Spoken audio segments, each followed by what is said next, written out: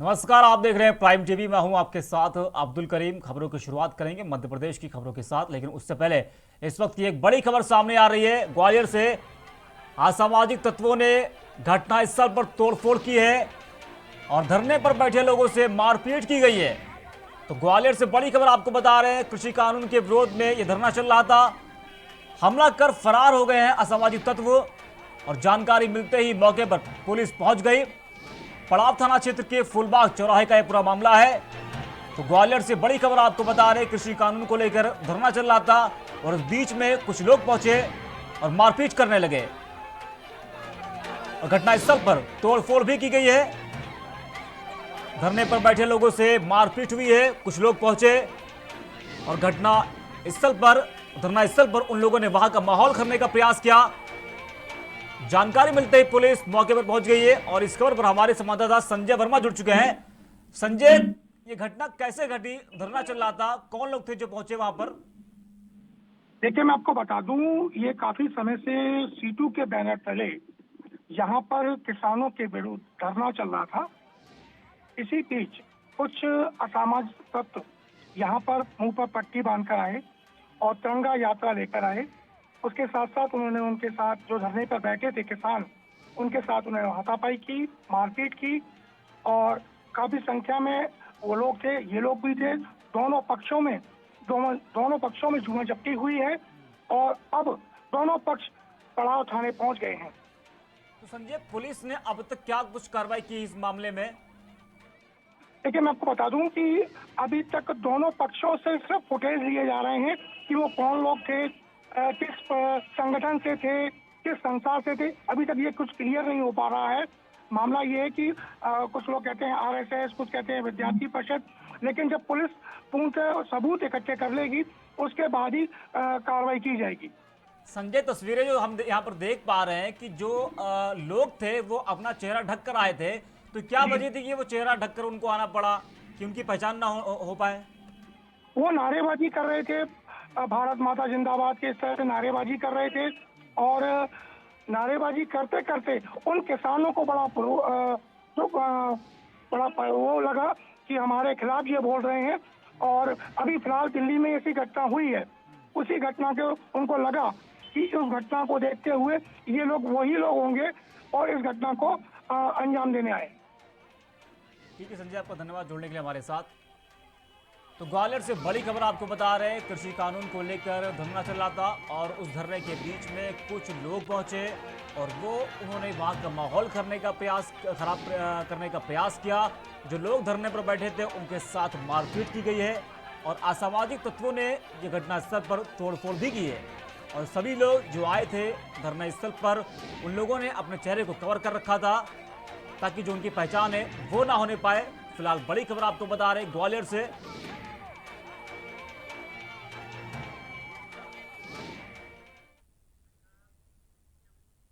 खबरों में आगे बढ़ते हैं। भोपाल में मुख्यमंत्री शिवराज सिंह चौहान ने सीएम हाउस में पल्स पोलियो अभियान का शुभारंभ किया और इस दौरान सीएम ने पल्स पोलियो टीकाकरण अभियान के तहत शिशुओं को पल्स पोलियो की खुराक पिलाई है। वहीं इस अवसर पर स्वास्थ्य मंत्री डॉक्टर प्रभुराम चौधरी, स्वास्थ्य आयुक्त डॉक्टर संजय गोयल, प्रबंध संचालक स्वास्थ्य मिशन सुश्री छवि भारद्वाज, राज्य टीकाकरण अधिकारी डॉक्टर संतोष शुक्ला उपस्थित थे। बता दें कि इस पल्स पोलियो टीकाकरण अभियान का रजत जयंती वर्ष है। तो मध्य प्रदेश में भोपाल में मुख्यमंत्री शिवराज सिंह चौहान ने सीएम हाउस में पल्स पोलियो अभियान का शुभारंभ किया है और इस दौरान सीएम ने पल्स पोलियो टीकाकरण अभियान के तहत शिशुओं को पल्स पोलियो की खुराक पिलाई है। और वहीं इस अवसर पर स्वास्थ्य मंत्री डॉक्टर प्रभुराम चौधरी, स्वास्थ्य आयुक्त डॉक्टर संजय गोयल, प्रबंध संचालक स्वास्थ्य मिशन छवि भारद्वाज, राज्य टीकाकरण अधिकारी डॉक्टर संतोष शुक्ला उपस्थित थे। और आपको बता दें कि यह पल्स पोलियो टीकाकरण अभियान का रजत जयंती वर्ष है।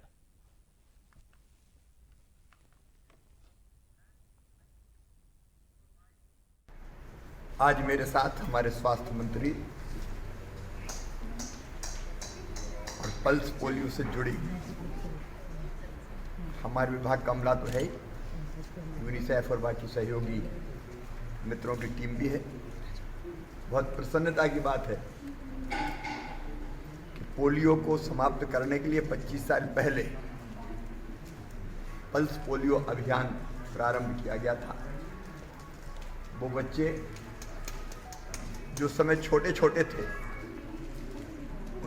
उनको 2 बूंद हर बार पल्स पोलियो ना हो, इसलिए वहीं सरकार के द्वारा आहार ऐप की शुरुआत की गई है और इसी के तहत मुख्यमंत्री शिवराज सिंह चौहान ने लोगों से आहार ऐप से जुड़ने की अपील की है। आपको बता दें कि इस मोबाइल ऐप के जरिए जरूरतमंद लोगों तक भोजन पहुंचाया जाएगा। बड़ा कोई पुण्य नहीं है, भूखे भजन ना होए गोपाला। और आहार ऐप बचे हुए भोजन को उनके पास जिनको आवश्यकता है उस भोजन की पहुंचाने के लिए एक बहुत उपयोगी माध्यम है। 2015 में इंदौर में ये प्रयोग प्रारंभ हुआ था। संजय दुबे जैसे कल्पक अधिकारियों ने। वहीं मुख्यमंत्री किसान सम्मान निधि के तहत विदिशा में किसानों के लिए कार्यक्रम का आयोजन किया गया। यहां पर 35,000 किसानों के खाते में सीएम ने 400 करोड़ की राशि डाली है और इस मौके पर जिला पंचायत अध्यक्ष तोरण सिंह दांगी ने कहा कि पीएम मोदी किसानों की मदद कर रहे हैं और आगे भी किसानों को सरकार हर तरह का सहयोग देने की बात कह रही है।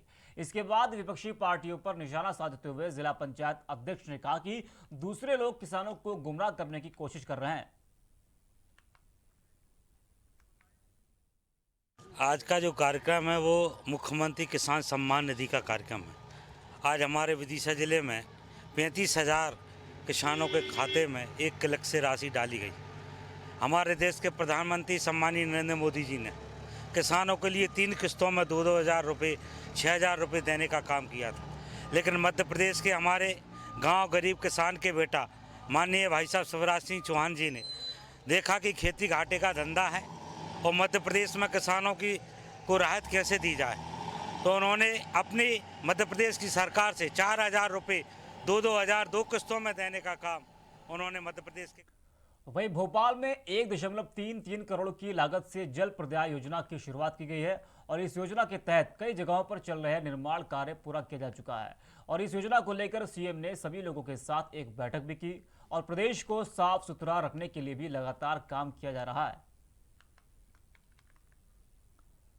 तो भोपाल में करोड़ों की लागत से जल प्रदाय योजना की शुरुआत की गई है और इस योजना के तहत कई जगहों पर चल रहे निर्माण कार्य पूरा किया जा चुका है और इस योजना को लेकर सीएम ने सभी लोगों के साथ बैठक की और प्रदेश को साफ सुथरा रखने की भी लगातार उसकी अपील की जा रही है।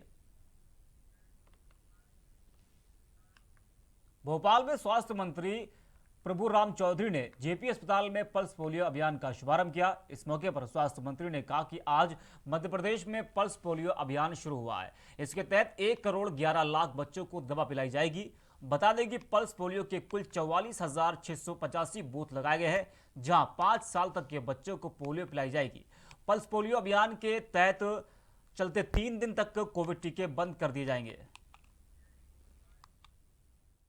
आज से पल्स पोलियो अभियान का शुभारंभ हुआ है और 3 दिन तक यह अभियान चलेगा।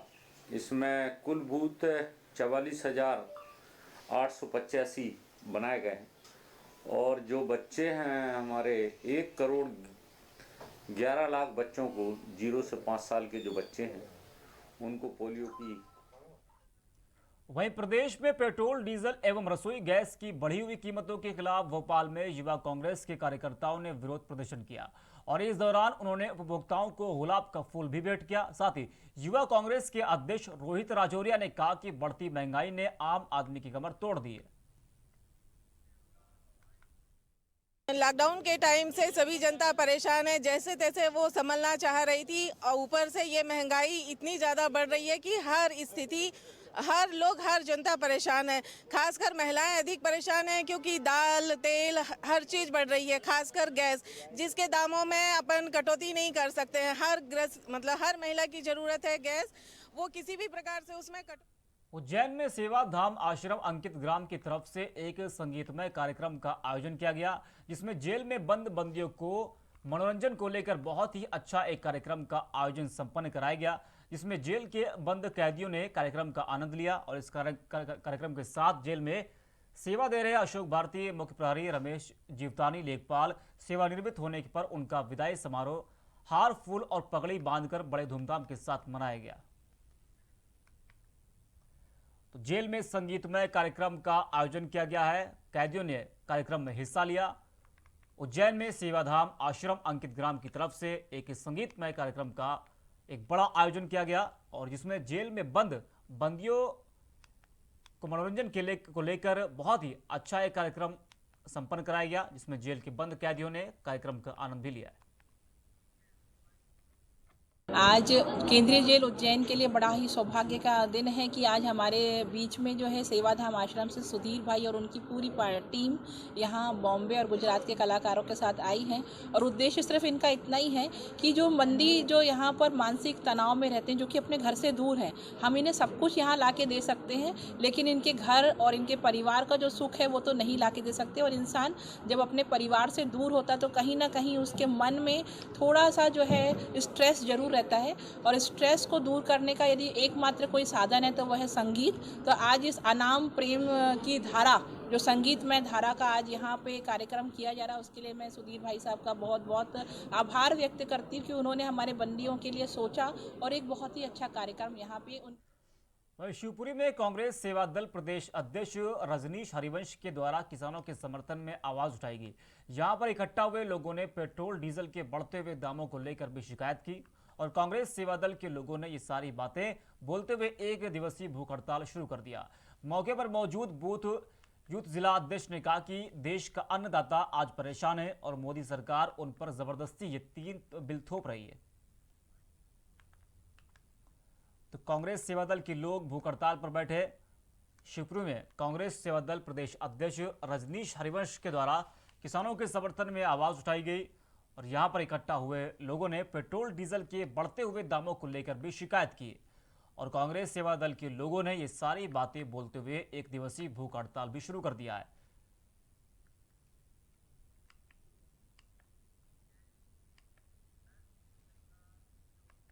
सतना के कोठी बस स्टैंड के पास इंसानी सिर मिलने से इलाके में हड़कंप मच गया। स्थानीय लोगों ने मामले की जानकारी पुलिस को दी, जिसके बाद सूचना पर पहुंची पुलिस ने इंसानी सिर को कब्जे में लेकर मर्चरी रूम में रखवा दिया है। बता दें कि कोठी में लगातार इंसानी अंगों का मिलना मिस्ट्री बना हुआ है। फिलहाल पुलिस इस मामले की जांच में जुटी हुई है। तो सतना के कोठी बस स्टैंड के पास इंसानी सिर मिलने से इलाके में हड़कंप मच गया है, और स्थानीय लोगों की माने तो लगातार इस तरह की जो घटना है वो कई बार घट चुकी हैं, और स्थानीय लोगों ने मामले की जानकारी पुलिस को दी। इसके बाद सूचना पर पहुंची पुलिस ने इंसानी सर को कब्जे में लेकर मर्चरी रूम में रखवा दिया है। पोरसा में अस्पताल के सामने चक्का जाम करते हुए सैकड़ों की संख्या में लोगों ने प्रदर्शन किया। दरअसल ये प्रदर्शन एक व्यक्ति की मौत को लेकर किया जा रहा है, और व्यक्ति के परिजनों ने 3 युवकों पर हत्या का आरोप लगाते हुए कार्रवाई की मांग की है, और आक्रोशित परिवार के लोगों ने मृतक का पोस्टमार्टम भी नहीं करने दिया। तो पोरसा में अस्पताल के सामने चक्का जाम करते हुए सैकड़ों की संख्या में लोगों ने प्रदर्शन किया, और यह प्रदर्शन एक व्यक्ति की मौत को लेकर हुआ है। व्यक्ति के परिजनों ने 3 युवकों पर हत्या का आरोप लगाया है, और इस हत्या के बाद मृतक के परिजन ने सड़क पर आकर जमकर प्रदर्शन किया और पुलिस से कार्रवाई की मांग की है। बालाघाट के लांजी थाना क्षेत्र में मलकुआ के बीच चल रहे कार्य में लगे एक ट्रक और 2 ट्रैक्टरों को नक्सलियों ने जला दिया। इस मामले को लेकर पुलिस अधीक्षक अभिषेक तिवारी ने बताया कि घटना के बाद नक्सलियों की तलाश के लिए सर्चिंग टीम रवाना कर दी गई है। सड़क निर्माण में लगे वाहनों को जलाए जाने की घटना में टांडा और मलाजखंड दलम पर शक जाहिर किया जा रहा है। सूत्रों की माने तो विगत कुछ समय से नक्सली क्षेत्र में सक्रिय बताए जा रहे थे। बताया जाता है कि घटना के दौरान 10 से 15 नक्सली मौजूद थे, वहीं इनके पीछे और नक्सलियों के होने की भी संभावना जाहिर की जा रही है। बहरहाल घटना के बाद पुलिस ने अलर्ट जारी कर दिया है और घटना को अंजाम देने के बाद फरार नक्सलियों की तलाश में सर्चिंग ऑपरेशन शुरू कर दिया गया है।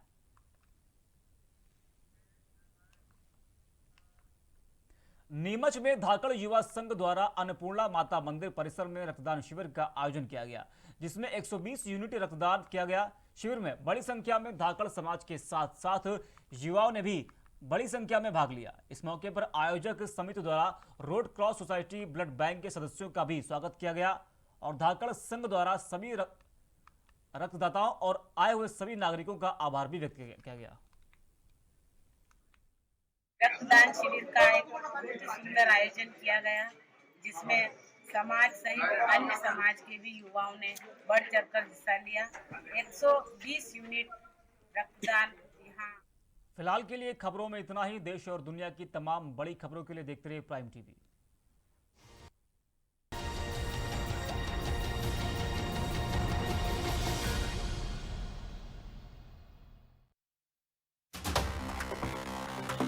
खबरों के अंदर की पूरी खबर, हर खबर की सटीक पड़ताल आप